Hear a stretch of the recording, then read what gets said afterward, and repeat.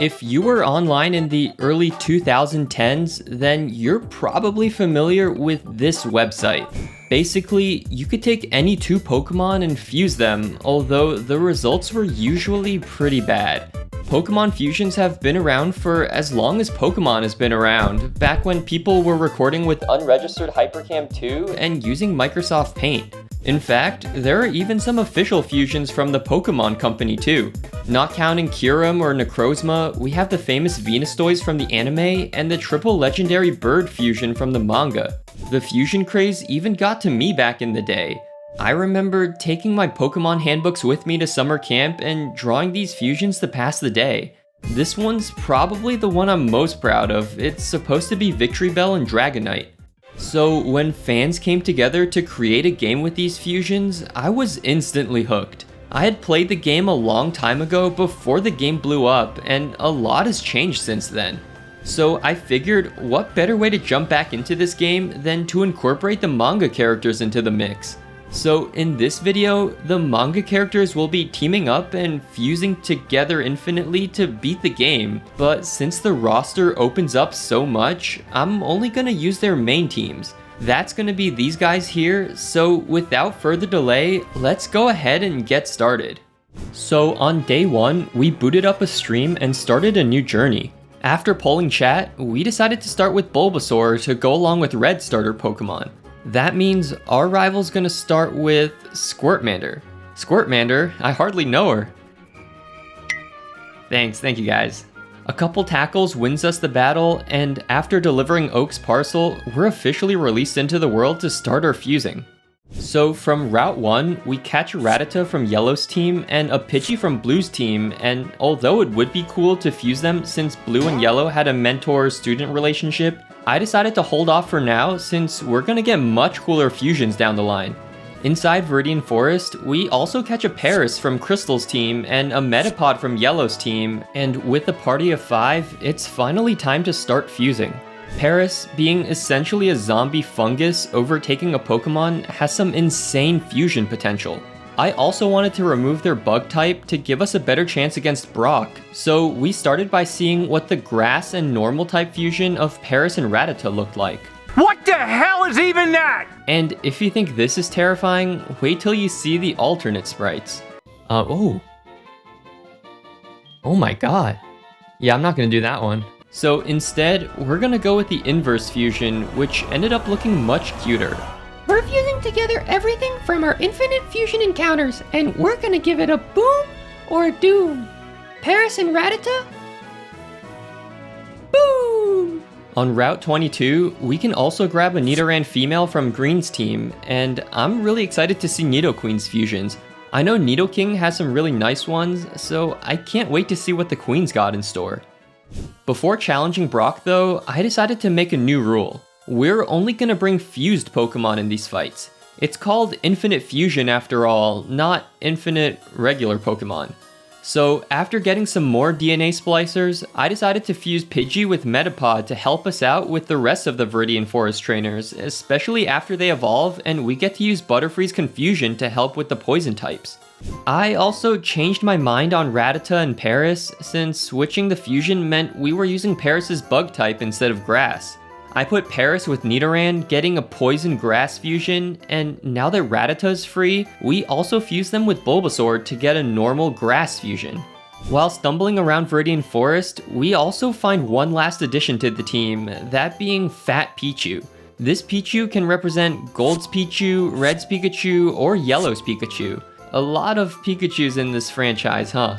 So unfortunately, they can't join us in the upcoming fight. The way Infinite Fusion battles work is that since Brock only uses 2 Pokemon, we're only allowed to bring 2. So after grinding up the rest of our team closer to the level cap, it's time to take them on.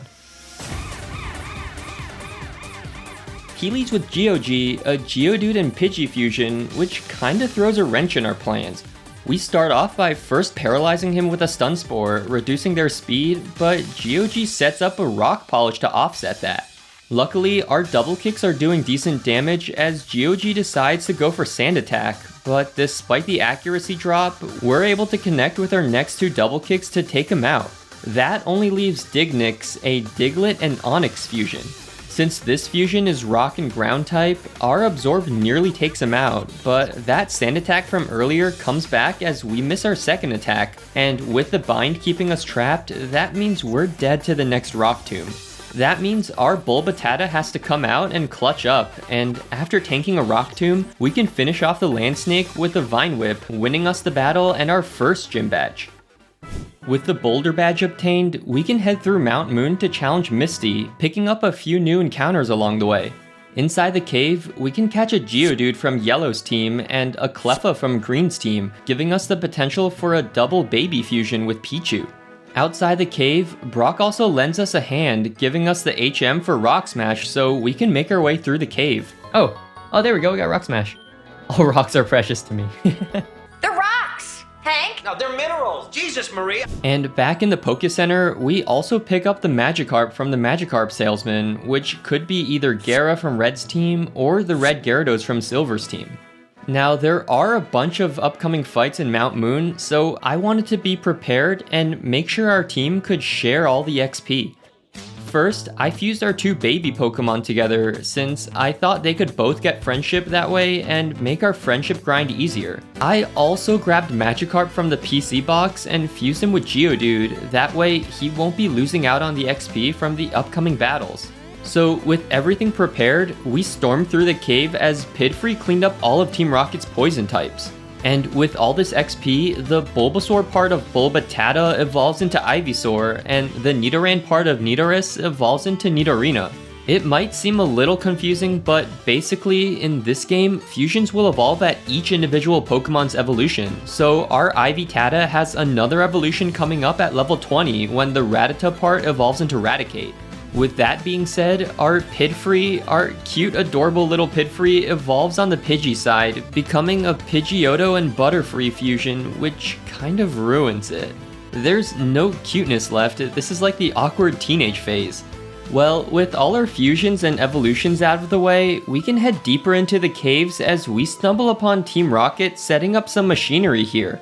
It turns out, they're trying to achieve something known as a triple fusion.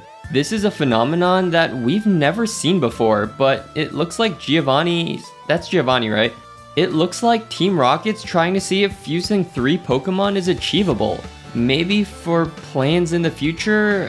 Who knows? I don't know. Is this foreshadowing? Is this 5-shadowing? Well, Team Rocket sends one of their scientists to fight us, but it's another poison type for our Pidgeotto to sweep through. Excuse me. I need your help. You need to kill me. On the way out, we grab the Helix fossil for Omanite from Yellow's team, and on Route 4, the encounters are moved around a lot, so we can catch Poliwag here, which is either Poliwrath from Red's team or Politoed from Gold's team. And just like that, we've arrived at Cerulean City, where our next challenge awaits us. Professor Oak's aide. He has AIDS. We get a bunch of DNA splicers, so that opens the door for a ton of fusions now. First, we decided to reverse the Pidgeotto Butterfree fusion, since when I was scouting for fusions, I saw one that looked pretty cool. Wait, no, that's not the one I saw. Wait, no. Yeah, here we go. Oh my god. That one got a little messed up. This one's a little chonky. That one is so good. There's also a trainer here who challenges us to a battle, who fuse together an Electrode and a Slowbro. This is essentially a tutorial for the potential of these fusions, since as the NPC says here, she fused Slowbro with the fast Pokemon to offset its bad speed stat.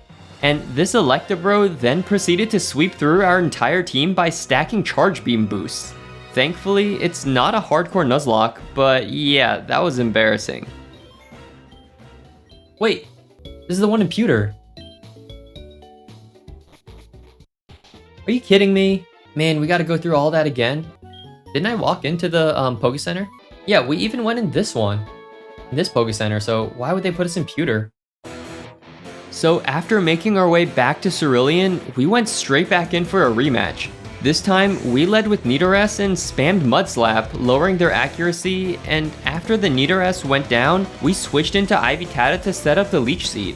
And now that we have the seeds taking a notch of their health each turn, that lets Butteroto, our MVP, to come in and finish him off with a couple silver wins. After the battle, our Clefchu fusion is ready to evolve, and my hunch about the friendship ended up being right, as both halves were ready to evolve at the same time. So first Cleffa evolved into Clefairy, but before Pichu can evolve, I decided to challenge our rival for some XP. Nidodo. That is nice, that is cool, that's like Zapdos. So let's just go for Thundershock. How much does that do? Not a lot. So let's switch into, let's go Nidorus. Let's Stun Spore for now. Ah, we missed. Okay, I'm just gonna switch out, I think. Okay, now that he's slower, he is gonna be going for Peck. For the Josh Peck. Should I go for Butteroto? Yeah, we have Psybeam. It's just a Peck. Just a smooch. Oh, it's a Poison Sting this time. Oh no, we got Poison. That's fine, that's fine. There we go. Squirtmelion. That's an Ember for sure. Let's do this. Let's Stun Spore. Oh my god. I think I'll switch out now. Let's go Ivy Tata. I think Hyper Fang is... Oh, come on, man. Alright, almost there. He's just spamming Rapid Spin. Does he not have Ember? Oh yeah, he's getting rid of the Leech Seed. I didn't even think of that. Okay, Mantata, Mankey, and Rattata. Let's just go for the Hyper Fang. Should be a 2-shot. Karate Chop.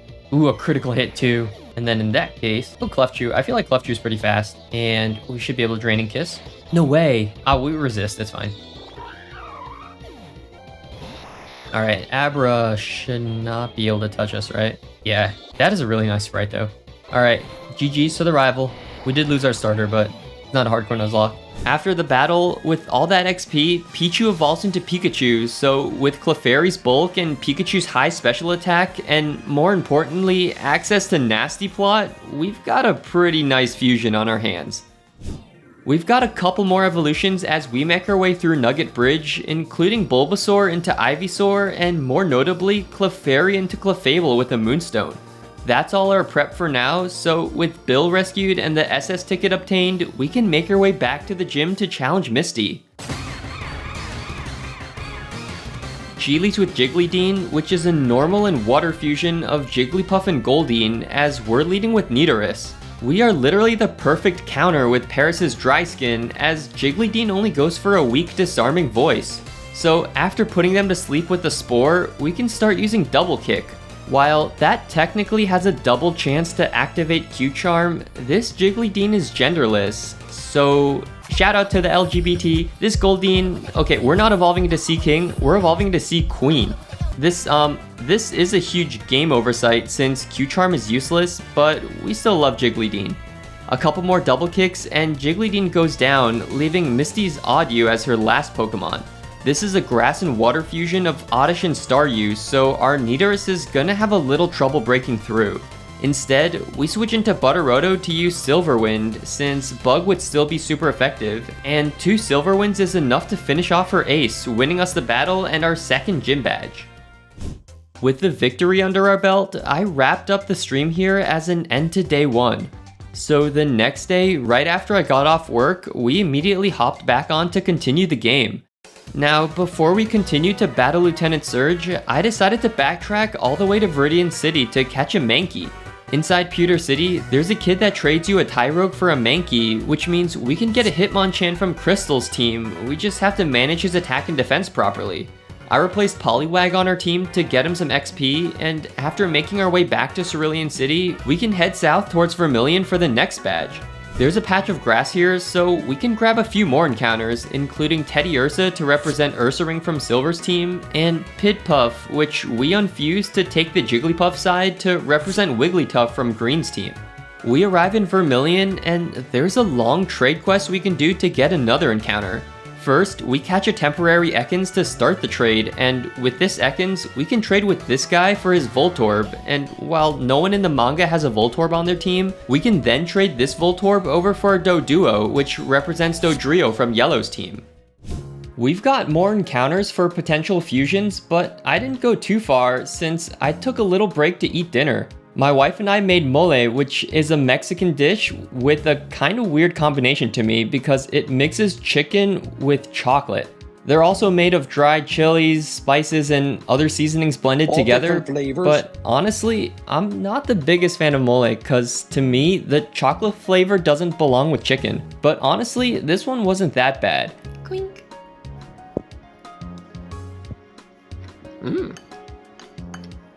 I like it. And speaking of mole, we catch ourselves the perfect counter to Lieutenant Surge's team, our very own mole. Well, it's just the mole part, no lay, but this Diglett is such a good pickup for the fight, and we're pretty lucky that Pearl had a Diglett on his team. And with that, those are all our encounters, so I got to work on training up the team. In that time, Magikarp evolves into Gyarados, and Paras evolves into Parasect. But honestly, the fusion was kinda ugly, so I decided to use the DNA reverser to flip the fusion, resulting in a much cooler sprite. We cleared through the SSN for the XP, and in that time, Tyrogue gained enough levels to evolve into Hitmonchan, and after fusing with Diglett, we got this cool fusion of Digchan training on a tall Diglett. We also fused our two cutest Pokemon, resulting in this cute Frog Bear fusion. Honestly, this thing was so precious, I'm not even gonna argue. This is the cutest thing I've ever seen. The rival fight here was also the cleanest setup sweep ever. Using our Clefable and Pikachu combination, we could use Clefable's bulk to tank attacks as we used Pikachu's moveset to set up with Nasty Plot. Then Nidodo goes down to a super effective Thunder Shock, Starbra goes down to a Draining Kiss, which also gains back all her health, Warmeleon goes down to a Thunder Shock, and lastly, Manecate goes down to a super effective Draining Kiss. With all these battles, Geodude also evolves into Graveler, although that kinda messed up the fusion with Gyarados. I reversed the fusion, which looked a little better, but that took the rock type from Geodude and the flying type from Gyarados, meaning we'd be losing our ground immunity to Surge.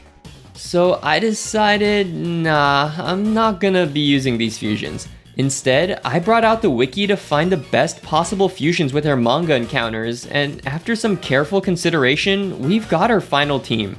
First, I took Parasect to fuse with Gyarados for probably the coolest thing I've ever seen. The fungus has completely overtaken Gyarados, leaving this terrifying zombie left, and with Intimidate and Spore support, this is gonna be a monstrous combination. Then I saw that Graveler and Clefable had a really cool fusion that still kept its ground typing, so we put them together to make this really cool ground and fairy fusion.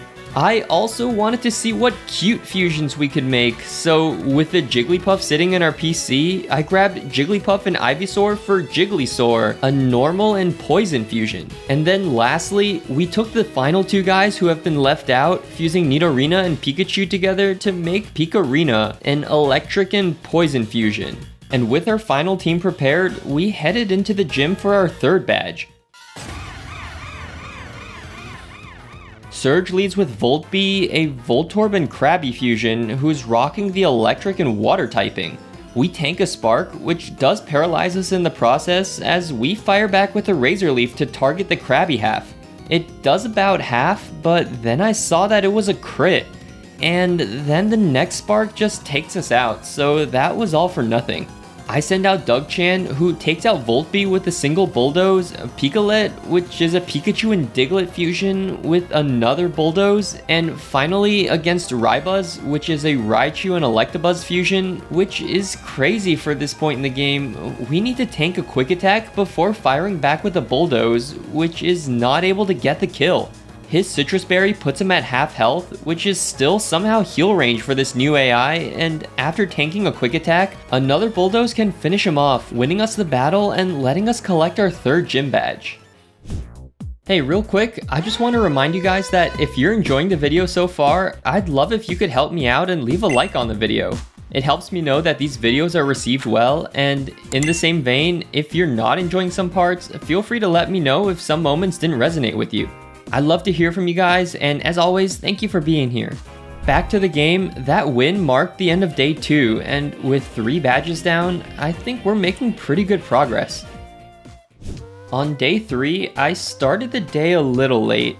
After finishing work, I made this homemade fried chicken and my wife made the asparagus. It was honestly so good, and I'm getting a little hungry just thinking about it now.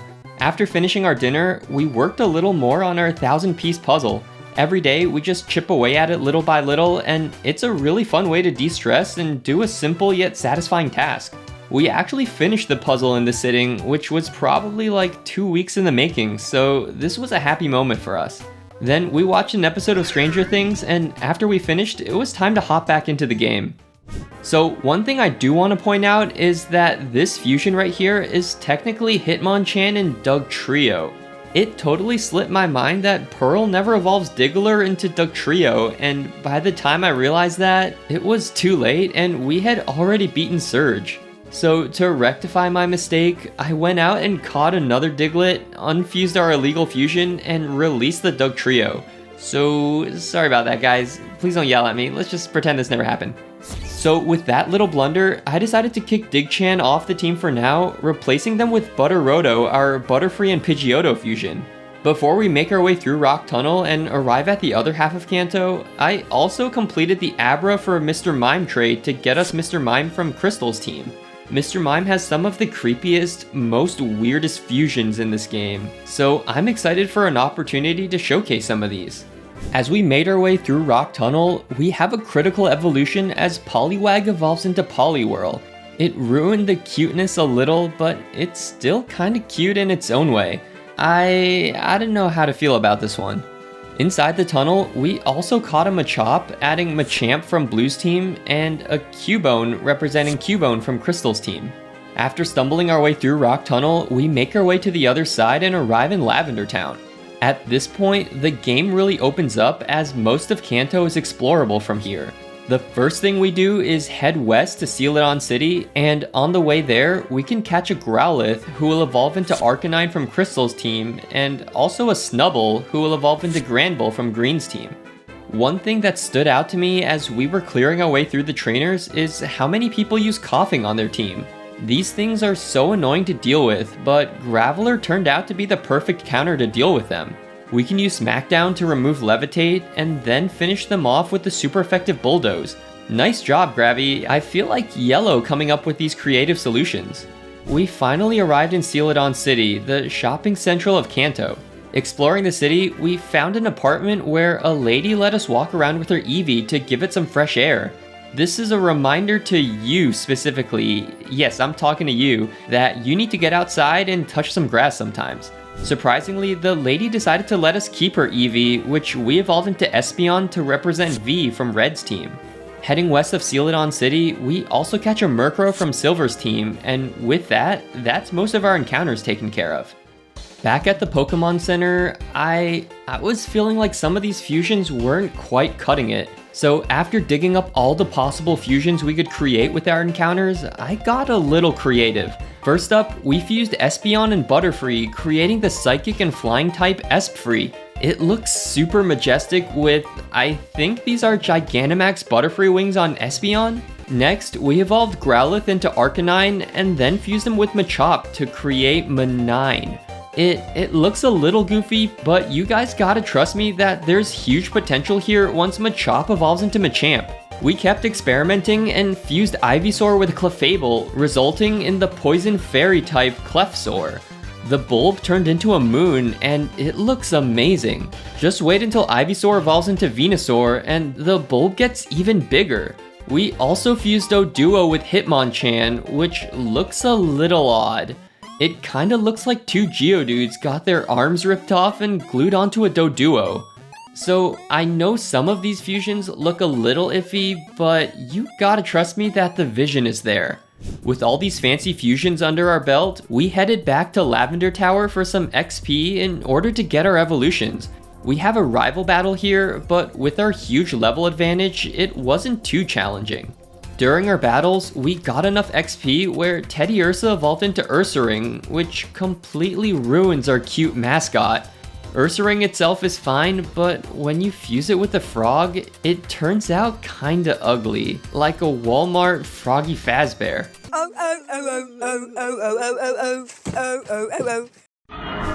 After beating our rival, we approached the next floor, and there were a bunch of haunters here preventing you from going further. If one of them touched you, you'd get sent back to the start, and my dumbass thought this was some kind of obstacle course. I did this like 20 times before I realized, oh, you're not supposed to go this way yet. So clearly we need the Sylph Scope, so we made our way back towards Celadon City to take out Team Rocket. On our way there, we ran into a trainer with the Pori Orb, which is a super cute fusion of Porygon and Voltorb. We also caught a Psyduck, adding another member from Blue's team before arriving back at Celadon. Here, we discovered that the Rocket hideout has been moved from the game corner to the Celadon sewers.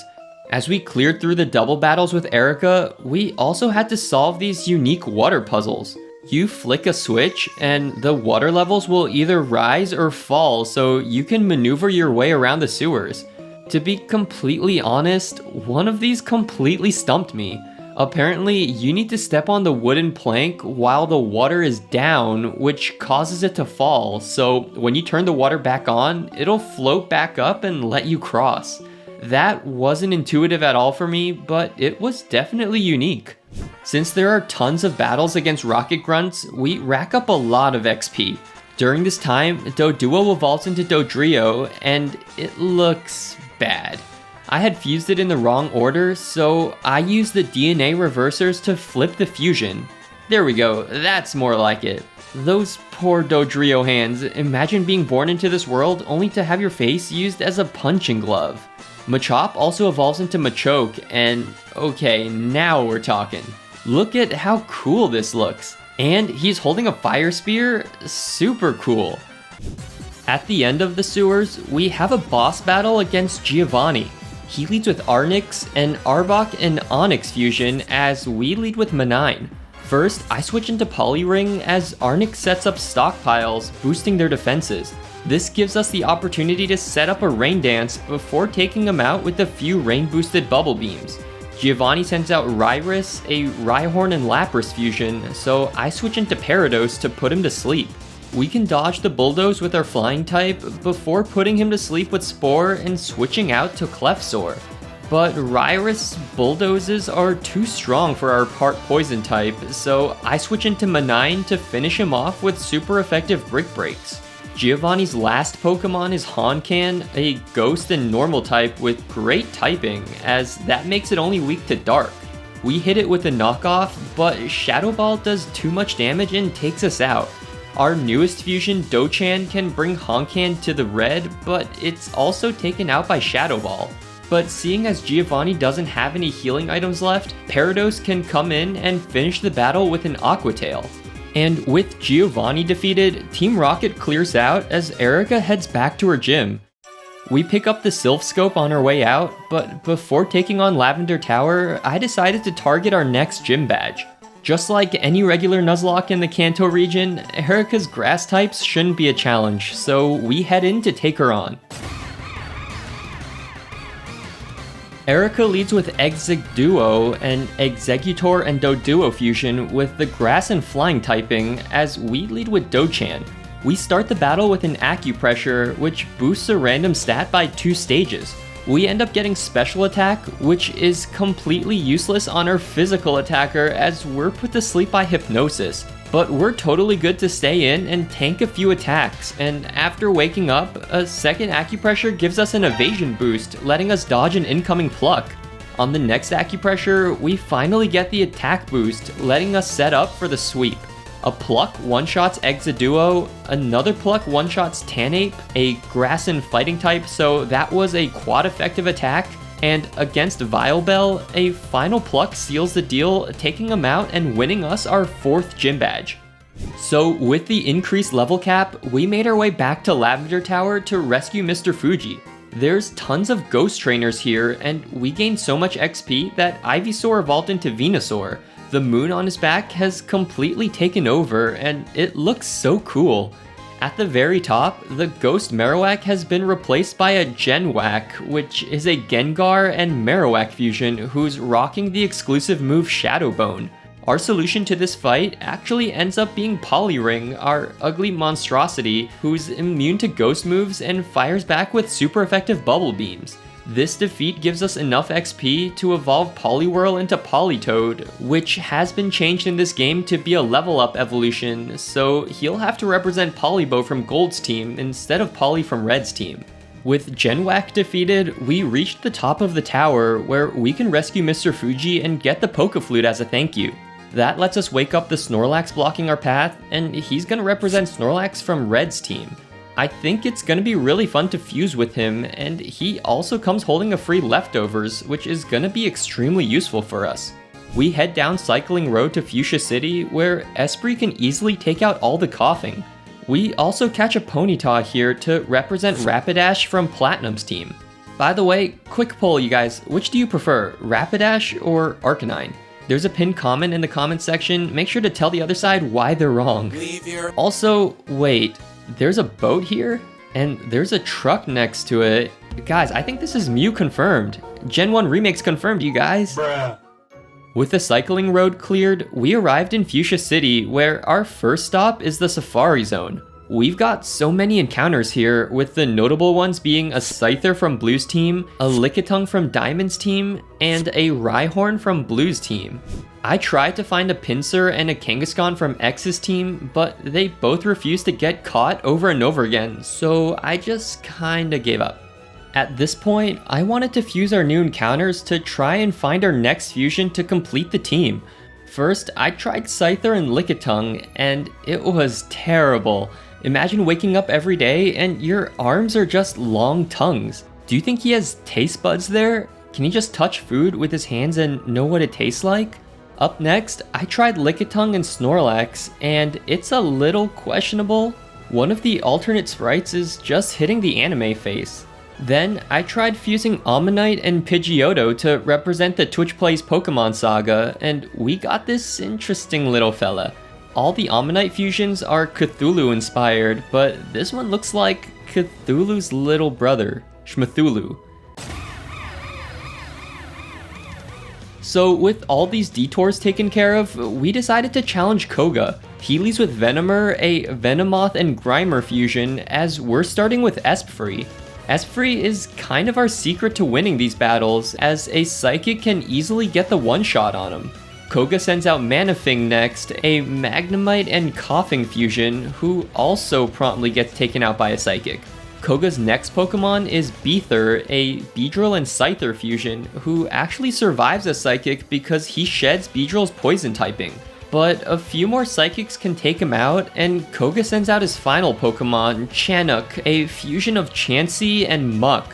Since he takes Chansey's insane special defense, our Psychic doesn't do enough as Chanook sets up with a double team. One more Psychic brings him to the red as Chanook reveals his true strategy by going for Toxic. The only thing more annoying is if he were to go for Protect, but luckily he isn't, so that means we can connect with the final Psychic, taking him out and winning us our 5th gym badge. Our next big obstacle is clearing through Silphco to rescue the president.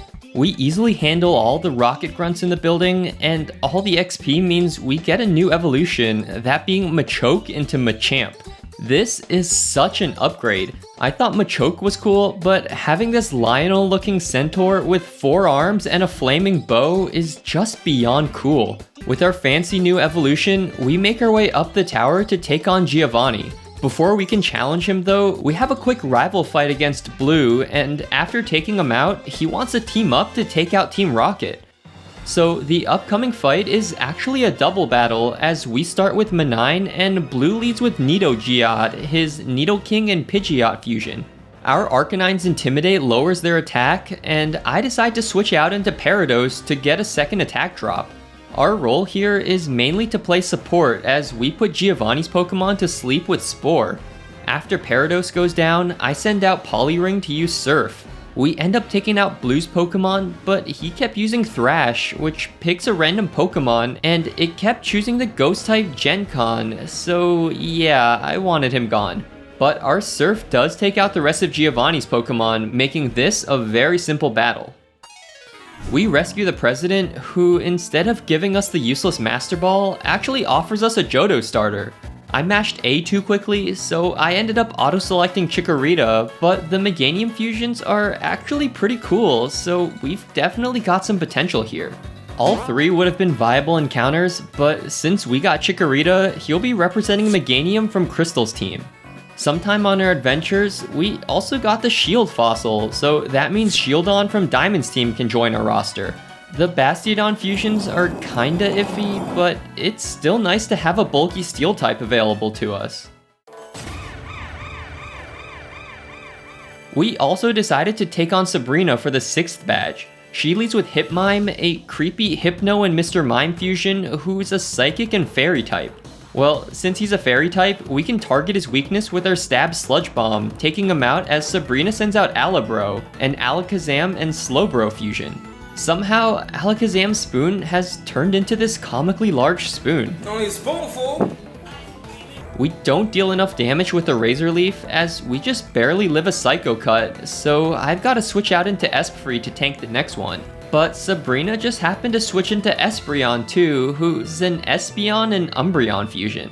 But that Psychic and Dark combination means he's quad weak to Bug, so a single Bug Buzz breaks through the bulk and takes him out.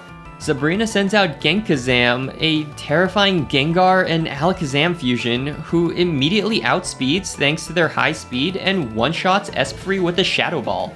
I send out Dochan and I completely throw as Genkazam outspeeds us and hits us with a Shadow Ball. We go for our Swords Dance, but since we don't outspeed, I go for a Bullet Punch for a little chip before getting taken out by another Shadow Ball. I send out Parados next to avenge our fallen friend, and Genkazam opts to set up a Calm Mind, so we can fire back with a Crunch, which gets the one-shot and wins us the battle, letting us collect our 6th gym badge. We've now got the rest of Kanto unlocked since we have Surf, so I surf south of Pallet Town to reach Cinnabar. The palm trees here are super cool, and I don't think this is a feature in the regular games, but these fishermen can still challenge you to a battle when you're surfing right up against the water.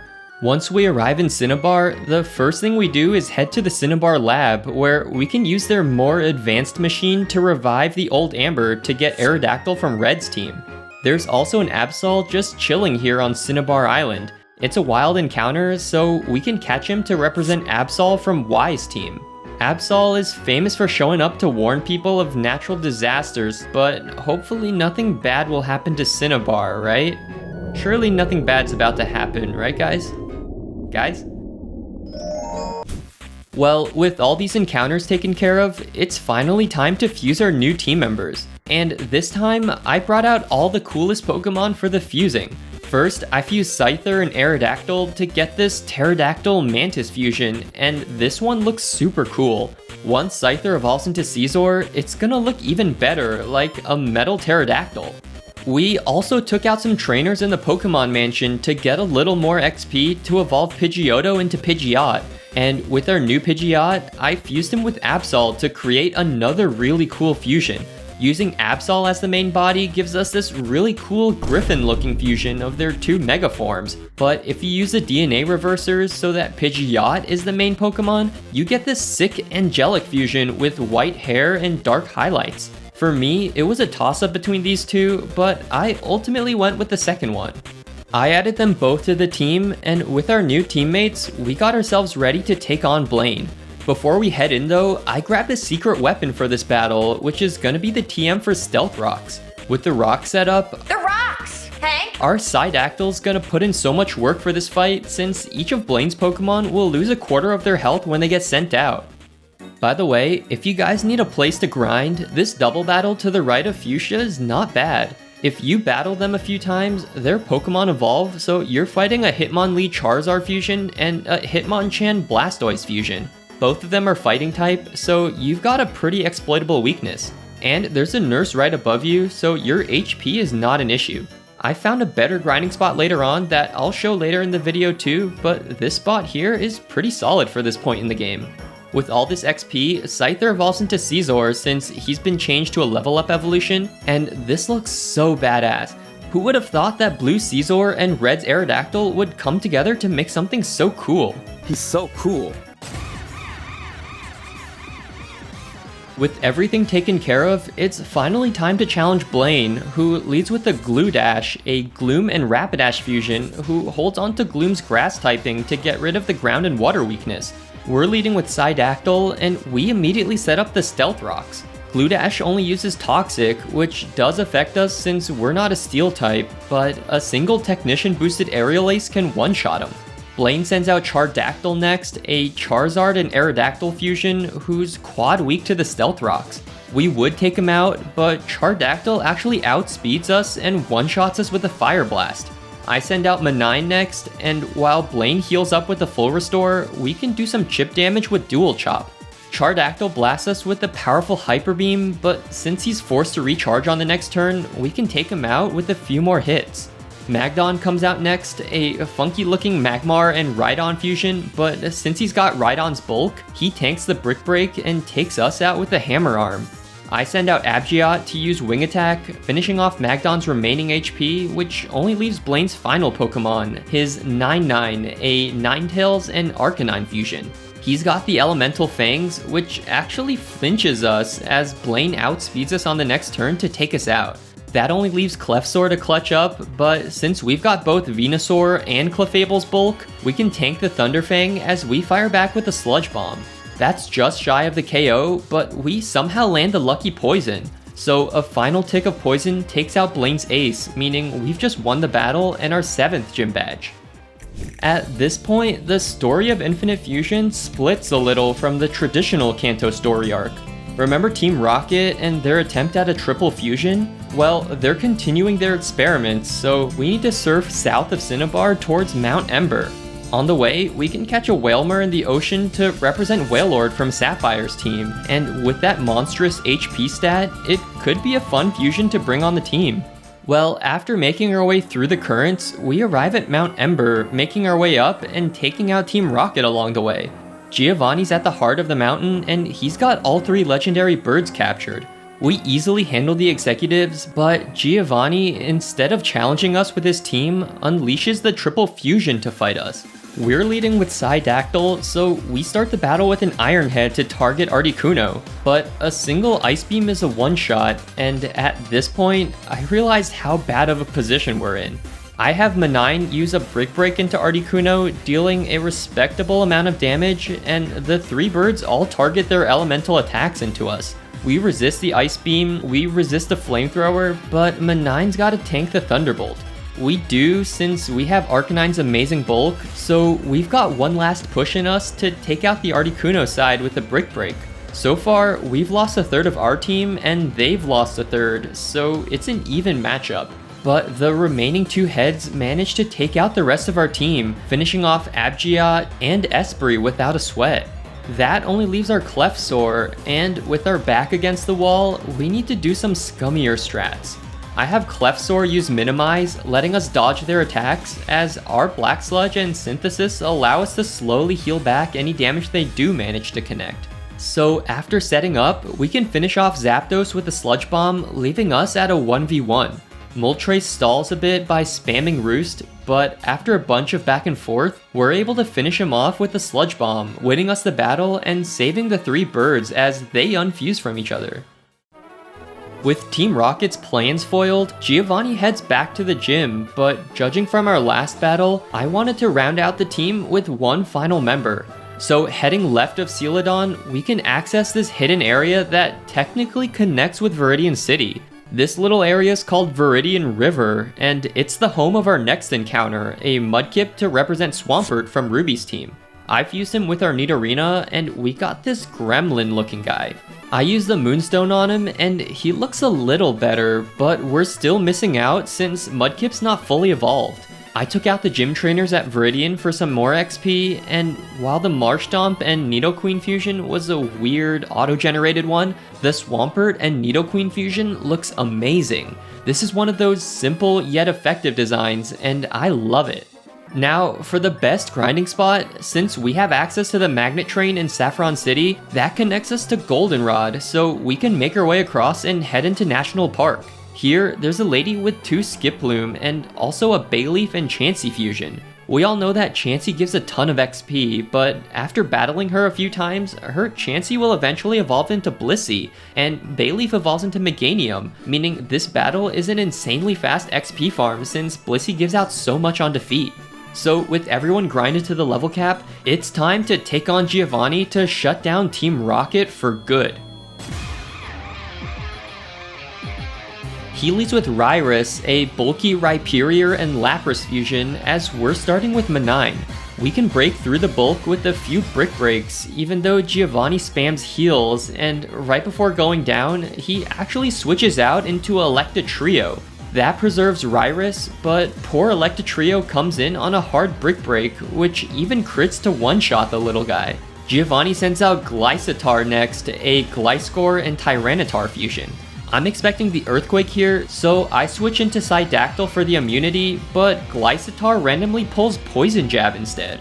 We get Poison too, so seeing as it's a lost cause, I have Psydactyl use a Technician boosted Fury Cutter, which actually crits and deals over half before getting taken out by a Thrash. That gives us a free switch into Esprit, but we're not able to get the Quiver Dance sweep going as Glycitar eventually takes us out.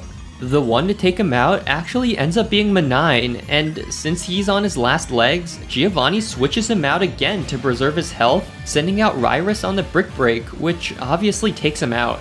I honestly have no idea what this switching AI is doing, since he sends Glycitar back out, who immediately gets outsped and taken out.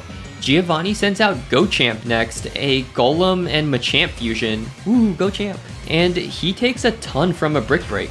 But since this guy's got Machamp's no guard, he lands a 100% accurate Dynamic Punch, which takes out our Manine. Nidoqueen comes out to finish the job with an Earthquake, leaving only Giovanni's Rylax, a bulky Rhydon and Snorlax fusion. We chip him down a bit, but Rylax one-shots us with a super effective Earthquake. But since we're in such a great lead, Clefairy can come out and fire off a couple Petal Blizzards, taking him out and winning us the 8th and final gym badge. Now, before we head into the final gauntlet of the challenge, I decided to go back to National Park to grind on the trainer with the Blissey Meganium fusion. That got us tons of XP, so we'd be on an even playing field, and with everyone grinded to level 62, we got ourselves ready to challenge the Elite Four. And so, on our final team, we brought Clefairy, our Clefable and Venusaur fusion, with the wide range of special coverage and minimize if things get out of hand. Next up is Esprit, our Espeon and Butterfree fusion, who's here to set up with Quiver Dance and sweep the Elite Four. Then we have Psydactyl, our Scizor and Aerodactyl fusion, with Swords Dance to boost our Technician-powered moves even more. Fourth up is Manine, our Machamp and Arcanine fusion, with Bulk Up to further power up our range of physical attacks. Fifth is Nidoqueen, our Nidoqueen and Swampert fusion, and also our dedicated mixed attacker. And last but not least, we have Abgiot, our Absol and Pidgeot fusion with Slash, Swords Dance, Night Slash, and Fly.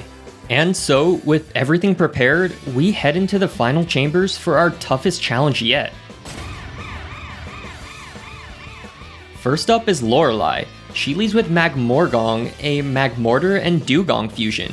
He's gonna be pretty bulky, but we've got our evasion strats to get around that. Clefairy sets up 3 minimizes to max out our evasion.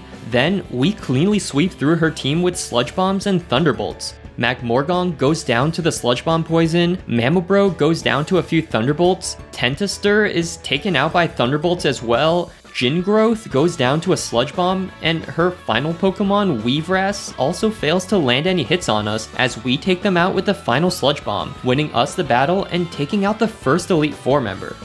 Next up is Bruno, who leads with Mavire, a Machamp and Electivire fusion, but our Nidoqueen's got the best coverage into his team. An Earthquake cleanly one-shots him, and against his next Pokemon, since Marochan still has the ground typing, we can take him out with a Muddy Water and an Ice Beam.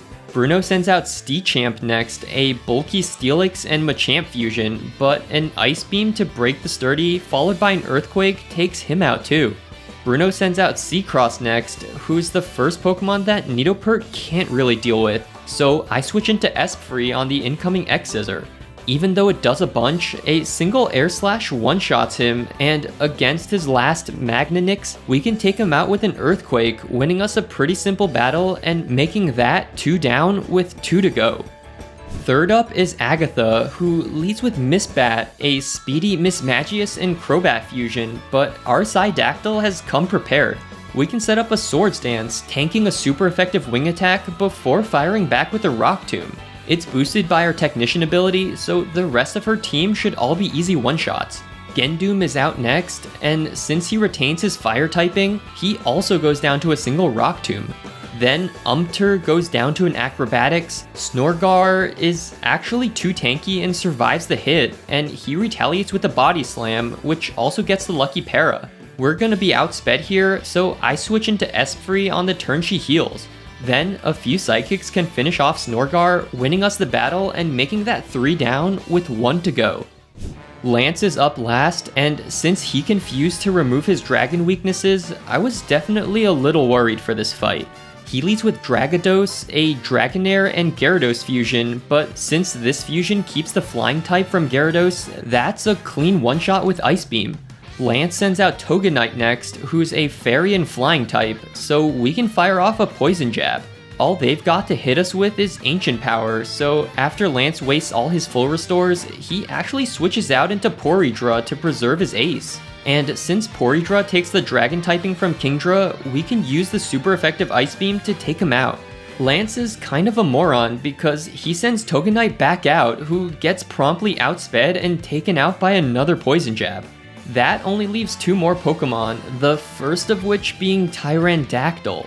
He outspeeds us and hits us with a Brave Bird, and in return, we miss our Muddy Water, so we've got to switch out to avoid dying. But Lance's AI also decides to switch, sending out Typhnair, a Typhlosion and Dragonair fusion, as we send out Clefsaur. Clefsaur does what he does best and starts setting up with Minimize, and Typhnair actually connects with both their first and second Fire Blast, and the second one even gets a burn.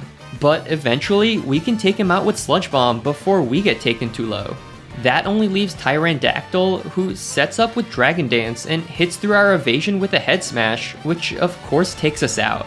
The recoil brings them to the red, so I bring out Esprit for the revenge kill, but we actually get outsped thanks to Aerodactyl's high speed stat and taken out by another Head Smash. But the good news is, the recoil takes him out in the process, winning us the battle and leaving only 1 challenge left.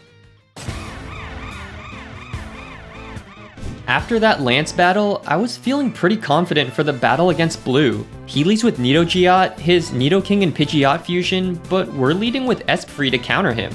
A single Psychic one-shots him as Blue sends out Rhymortar, a Gen 4 throwback fusion of Rhyperior and Magmortar.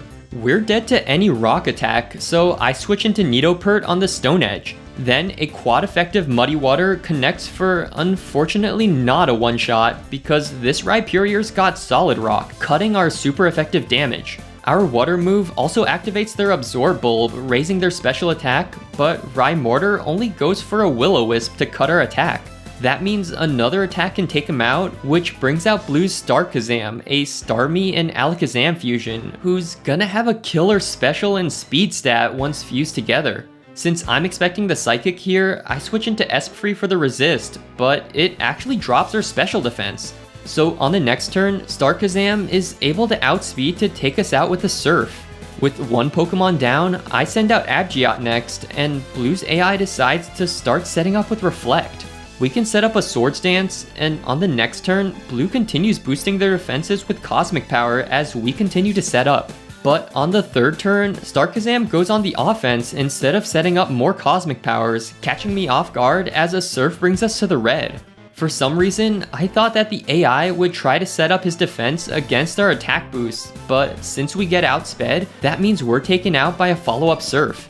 I send out Psydactyl next to try and set up again, doubling our attack with Swords Dance as Starkazam nails us with another Psychic. But now that their Reflect is worn off, we can connect with the Technician boosted Fury Cutter, which actually one-shots the frail Pokemon. Blue sends out Electados, an Electivire and Gyarados fusion who drops our attack with Intimidate, but I decided to stay in and use a +1 Technician boosted Rock Tomb. It's super effective, but it unfortunately misses out on the kill, so Electados fires back with a Thunder Punch, but it just narrowly misses thanks to our Bright Powder. So even after Blue heals, a few more hits can take him out as Blue sends out Totor. As Blue sends out Totor, a Tauros and Executor fusion. A Fury Cutter just misses out on the kill, meaning Totor can fire back with a Zen Headbutt, but we just barely hang on. Blue heals with the full restore, but we continue using Fury Cutter, getting the consecutive hit boost and taking them out. That only leaves one final Pokemon, Blue starter Blastizard, and if this was the Venusaur and Blastoise fusion, then our Fury Cutter would definitely one-shot here, but since he resists our bug attacks, we switch to Rock Tomb, which is not quite strong enough for the one-shot. Blastizard fires back with a Hydro Pump, connecting and taking out our remaining bit of HP. I send out Manine as Blue heals his ace back to full. We chip away bit by bit with Poison Jab, even getting a lucky poison before Blastizard fires back with the super effective Hydro Pump, but Manine tanks it. We've only got a little bit of health left, but Blue heals again with the full restore. And this time, we're not able to bring him down, but we are able to land a lucky poison as Blastizard connects with a Skull Bash, but thanks to our Intimidate, we tank it. We get a little more chip in before finally falling to another Hydro Pump, and with only a final notch of HP left, I go into Clefsaur, our starter, for the finishing blow. We outspeed thanks to our Rock Tombs from earlier, connecting with a Thunderbolt and taking them out, winning us not only the champion battle, but our entire run. If you like this video and want to see more specific dex holders, maybe check out my Hardcore Nuzlocks using only one character's team. It's more in-depth, and I go more into detail on their contributions to the manga storylines. I think if you like the video, you should check it out. Alright, see ya!